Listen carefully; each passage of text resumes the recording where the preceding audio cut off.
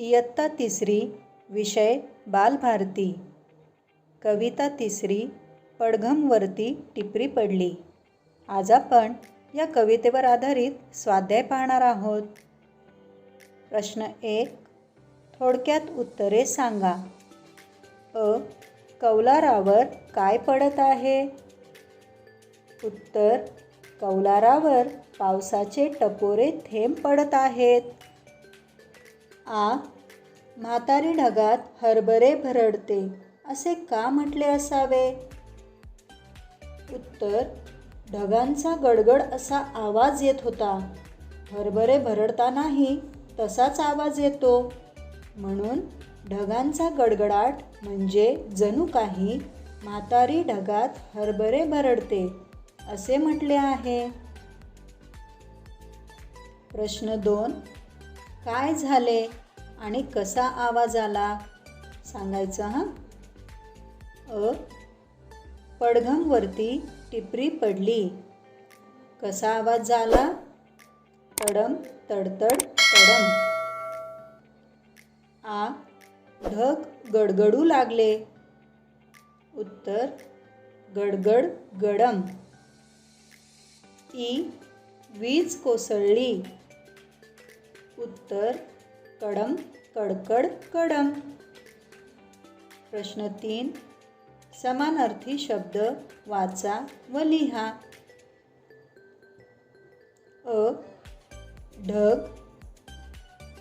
ढगाला समानार्थी शब्द आहे मेघ आणि घन. आ. वीज. वीजला समानार्थी शब्द आहे चपला, विद्युत. ई. जल. जलला समानार्थी शब्द आहे पाणी, उदक. आणि ई. धरती. धरतीला समानार्थी शब्द आहे धरणी, जमीन. प्रश्न 4. खालील कामे करण्यासाठी तुमच्या घरी कोणत्या वस्तू वापरतात ते सांगा. उदाहरणार्थ हरभरे भरडण्यासाठी जातं. तसंच अ. गहू दळण्यासाठी. उत्तर. जातं किंवा चक्की. आ. बाजरी पाखडण्यासाठी. उत्तर. सूप. ई. मसाला वाटण्यासाठी. उत्तर.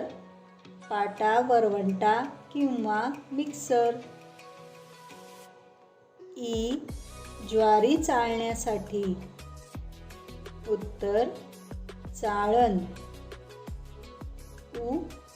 चहा गाळण्यासाठी. उत्तर. गाळणी. ऊ. काकडी कापण्यासाठी. उत्तर.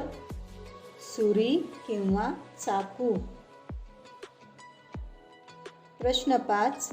पडघमवरती टिपरी पडली असे कवितेत म्हटले आहे. खरे तर पडघमवरती टिपरी कुणीतरी वाजवली, पण कवीने पडघमवर टिपरी वाजवली असे न म्हणता टिपरी पडली असे म्हटले आहे. आता खालील वाक्यातील अधोरेखित शब्दांचा अर्थ काय होतो ते लिहा. उदाहरणार्थ कुंडीतल्या रोपावर बुरशी पडली म्हणजे कुंडीतील रोपावर बुरशी वाढली किंवा बुरशी तयार झाली. तसेच पुढील वाक्य सांगायचे आहे. अ. सुभानराव निवडणुकीत पडले म्हणजेच सुभानरावांचा निवडणुकीत पराभव झाला. आ. कैरी पिवळी पडली म्हणजेच कैरी पिकू लागली. ई. समीरा आजारी पडली म्हणजे समीराची तब्येत बिघडली. ई. खाऊ मिळाला नाही म्हणून रमेशचा चेहरा पडला म्हणजे रमेश नाराज झाला किंवा हिरमुसला. काल रात्री खूप पाऊस पडला. म्हणजे खूप पाऊस कोसळला किंवा भारी वर्षाव झाला. प्रश्न 6. तडतड यासारखे कवितेत आलेले नादमय शब्द शोधा व लिहा. तुम्हाला माहीत असलेले नादमय शब्द सांगा. उत्तर.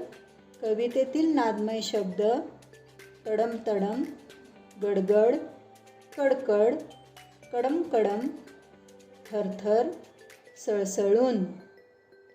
आणखी नादमय शब्द खडखड, झडझड, थडथड, धडधड, फडफड आणि बडबड.